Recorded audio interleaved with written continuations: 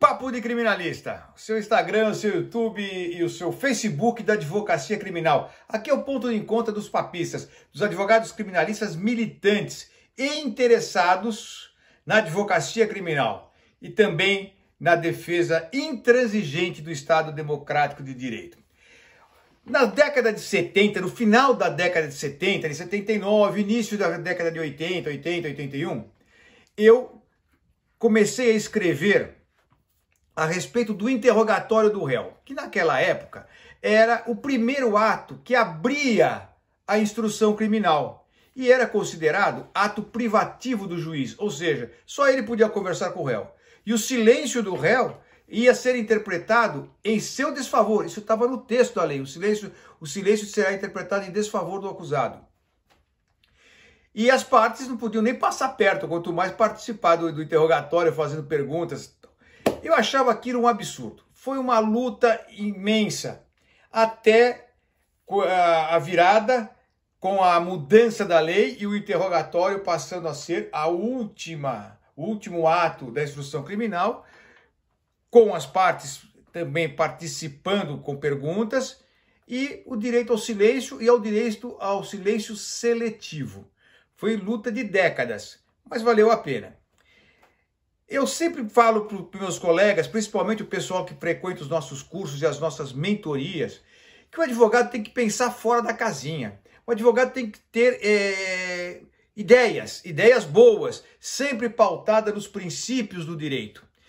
E uma coisa que eu não consegui digerir nunca é a questão do habeas corpus e também dos recursos, de uma maneira geral, nos quais o advogado fala primeiro, só fala depois do Ministério Público na sustentação oral, se o recorrente for a acusação. E isto fere de uma maneira frontal, de uma maneira profunda, o que diz a Constituição Federal do Brasil, a ampla defesa, contraditório e o devido processo legal. Em todo o país democrático, a defesa fala por último, não é o primeiro. Mesmo no habeas corpus, que é uma ação mandamental e o autor é o réu, o Ministério Público fala como custos legis depois do relator e antes da defesa. A defesa fala por último. Acontece que muitos tribunais mantêm em seus regimentos internos uma ordem de sustentação oral, colocando sempre o Ministério Público por último. Porque em segunda instância ele é custos legis. Ora, custos legis somos todos nós, advogados, juízes, promotores, que fiscalizamos a boa aplicação da lei. Então, nós somos também fiscais da lei. Esse negócio deste monopólio é uma coisa muito discutível, é uma questão de semântica. Muito bem.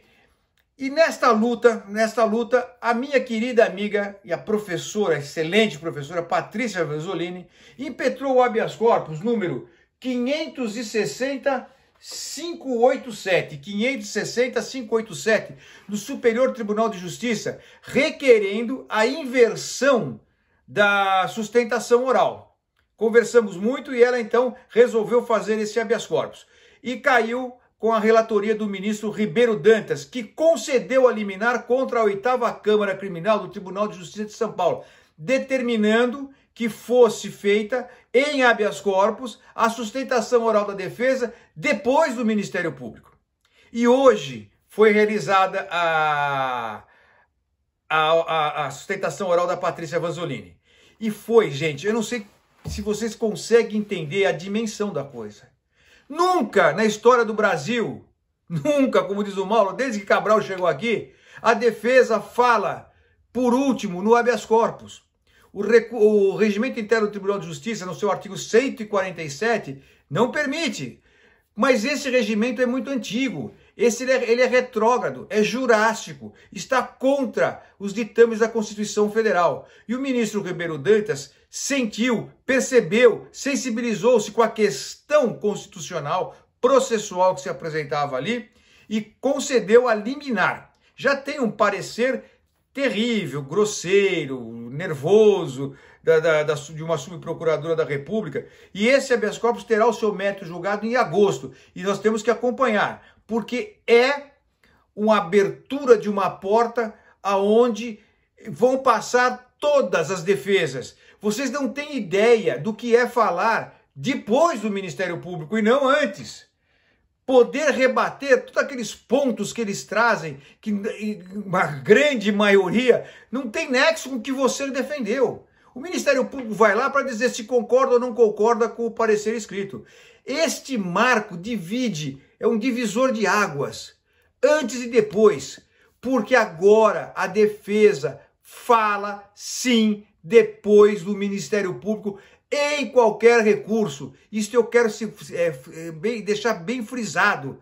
A defesa tem que falar por último sempre. Se você é advogado criminalista, se você tem consciência da grandeza, da importância, da gravidade de ser advogado criminalista, você me entende, você sabe o que eu estou falando. Quem não tiver esses predicados não vai entender nunca.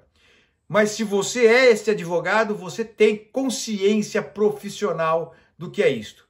E em tempos em que até o Ministério Público tem modelo pré-impresso para se manifestar contra pedidos de prisão domiciliar em razão do coronavírus, como nós publicamos aqui no nosso feed, deve estar aí uma ou duas matérias para baixo, o boletim 84 do Ministério Público, modelo de petição.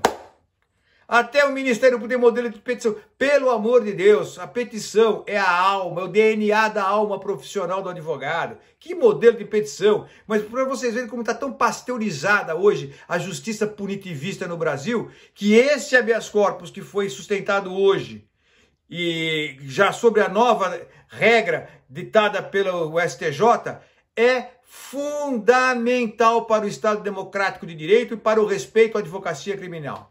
Papo de Criminalista, a gente volta. Um grande abraço.